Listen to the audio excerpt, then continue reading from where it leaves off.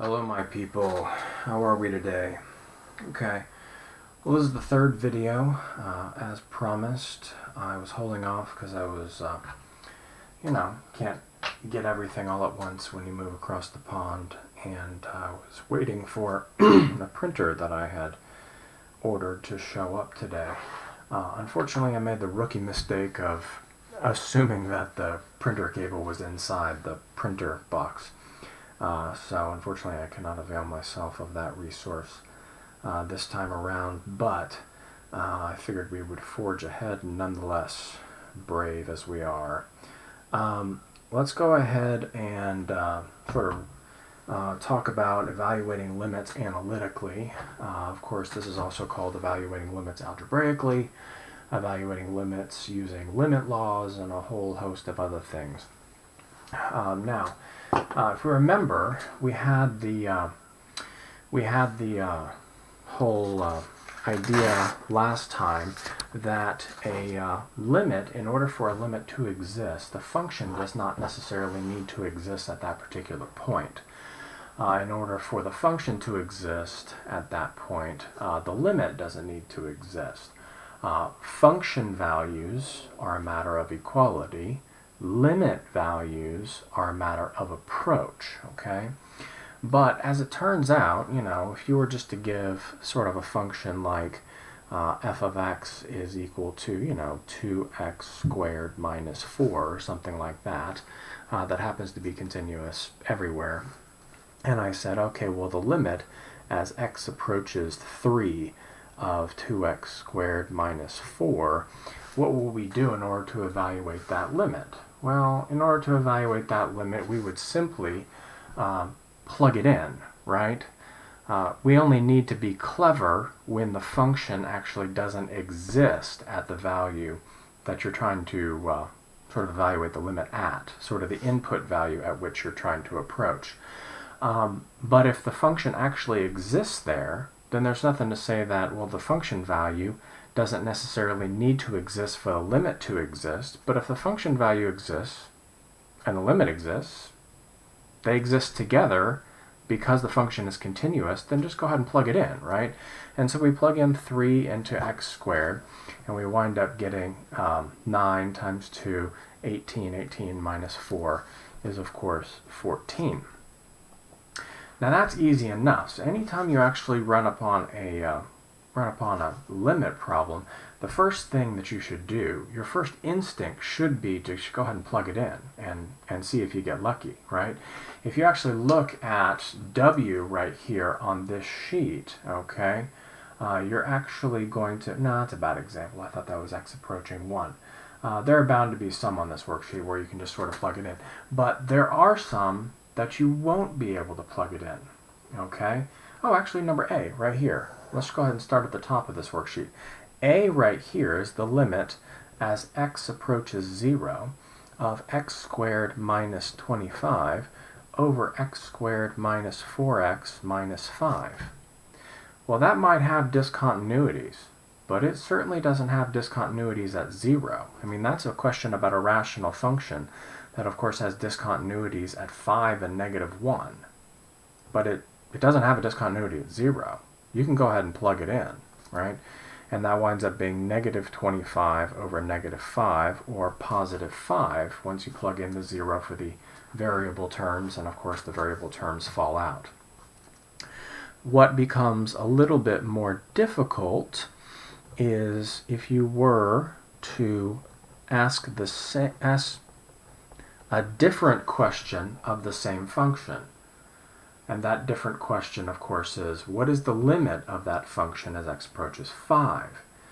Well, therein you run into a little bit of a problem, because if you go ahead and just plug it in, like we were talking about on the previous example, if you just go ahead and plug it in, you're going to wind up getting 0 over 0. And as we discussed last time, that is what's called the indeterminate form. Now, that does not mean that the limit does not exist. In fact, the limit does exist for this particular function at that particular value, okay? What we need to do is we need to change the form. And this is one of those places where all that time that we spent in Algebra 2 and Pre-Cal changing the form without changing the value, all of those different ways that we are actually doing that using, rules of algebra and whatnot, all of those are going to come sort of home to roost in terms of evaluating limits analytically. And some of you are breaking out into a cold sweat, but it'll all come back to you very, very quickly, on top of the fact that we went over this a little bit at the end of last year. What we need to do, if we don't have any other burning desires or hunches, is basically we need to go ahead and factor. Okay? Now, we can go ahead and cross those out and say that that is the limit as x approaches 5, x plus 5 over x plus 1. Now it is in a form that we can evaluate. We plug in 5 and we get 10 over 6, or 5/3. Now some of you are sitting there thinking to yourself, I thought we weren't allowed to cancel out when we were dealing with rational functions. And you're right in one sense, okay?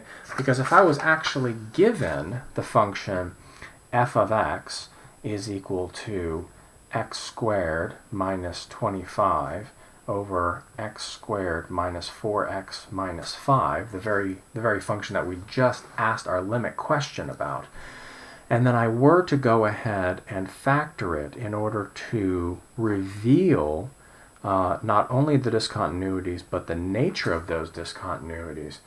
Remember that the factors responsible for the discontinuities, their nature tells us what kind of discontinuity it is. So the factor down here in the denominator that creates the discontinuity at x is equal to -1 does not cancel. And it therefore, as x approaches -1, creates all sorts of really insanely small numbers in the denominator, which is why it's called an infinite discontinuity and creates asymptotes. But remember that this is what's called a removable discontinuity, and we were not supposed to change it into that unless we went ahead and made the implied break in the domain now explicit, okay? So we need to include the fact that this, the original function, is equal to that everywhere except at that one point, because it's a removable discontinuity.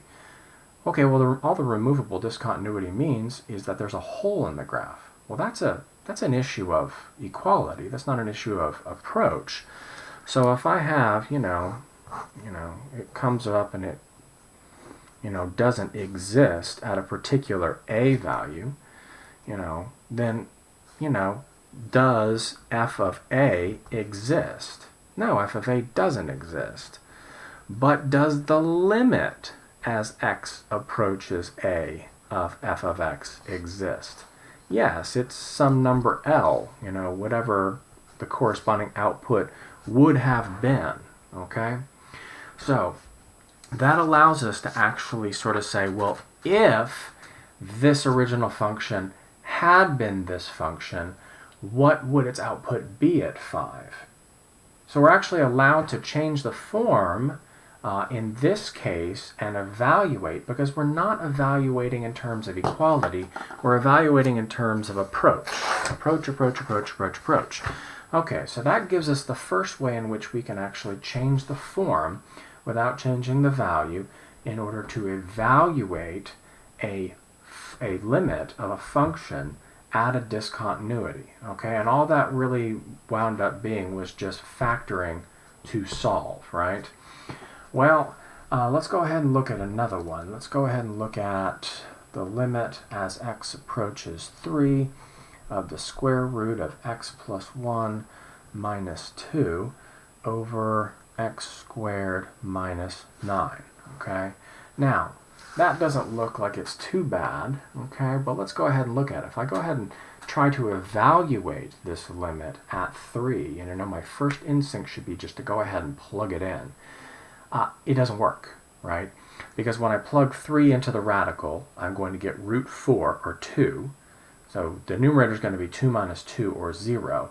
And in the denominator, the x squared is going to give me 9, and the denominator is going to be 9 minus 9. So I get 0 over 0, the indeterminate form that we've been discussing up until now. Okay? Well, all that means is that the limit may or may not exist, but I can't tell from this form. I cannot determine it from this particular form, hence indeterminate form, and therefore I must change the form. Now, I wish I was able just to go ahead and factor and cancel like I did in the last one. That option, however, is not available to me because of this pesky little radical right here. Well, the question then becomes, what in the world do I do with the radical? Well, there's one way to get rid of the radical, and those of you who are thinking multiplying by the conjugate, you are exactly correct. So I need to multiply by the conjugate in order to change the form of that numerator. Now that's not going to give me x squared minus 9 in the numerator. What it is going to give me, however, is going to be x minus 3, which is of course a factor of x squared minus 9. Remember that we're employing the conjugate because it's basically a strategic use of the logic of the difference of two squares. And remember that when I had, in terms of the difference of two squares, if I had something like a plus b, a minus b, you go, okay, well that's a squared, that's my first, my outer is minus ab, my inner is plus ab, and my last is b squared. And I know that every time it's something of that form, I get middle terms that cancel out, okay? Well, you can only do this so many times before you start seeing that pattern, right?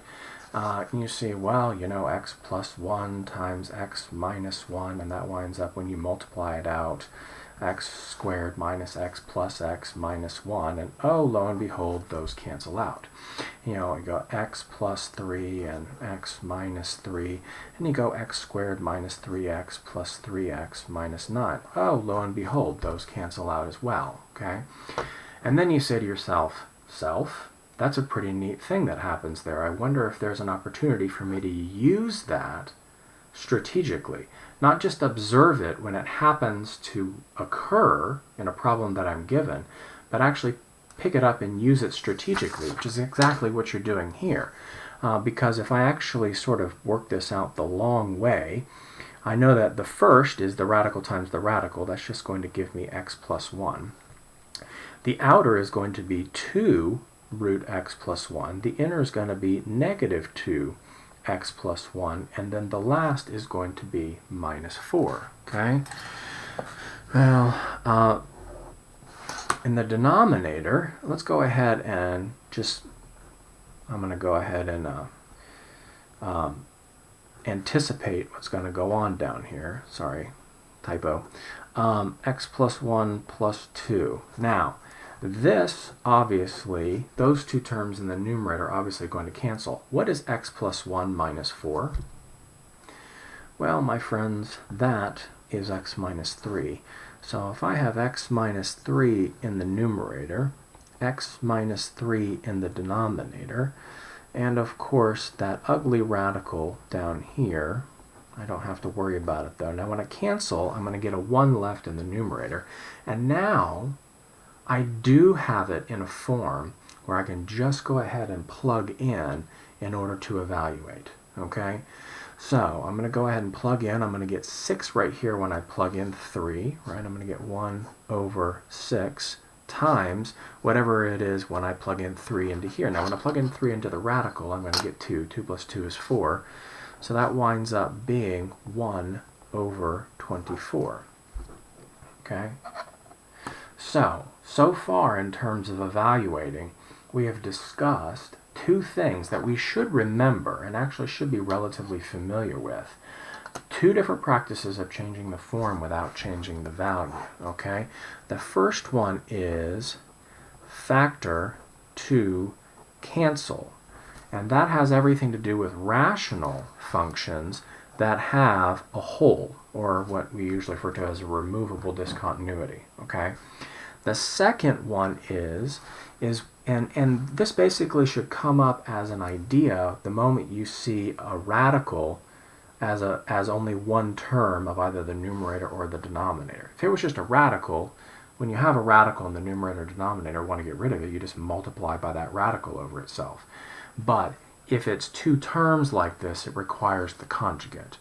So the second strategy is to multiply by the conjugate. Conjugate, there we go. Okay? Now, it's coming up on about 15 minutes right here, and takes me an insane amount of time because I'm not really tech savvy to upload these videos. So I'm going to chop it up into a couple of different videos, but I wanted to at least get through those two strategies in this first one and sort of remind you a little bit of the backdrop as to what we're doing and why. So I'll try to upload this tonight and keep plugging away at some of these videos in order to have a couple more of the strategies and then a couple more examples of each so that you have them to sort of look over over the weekend. Okay?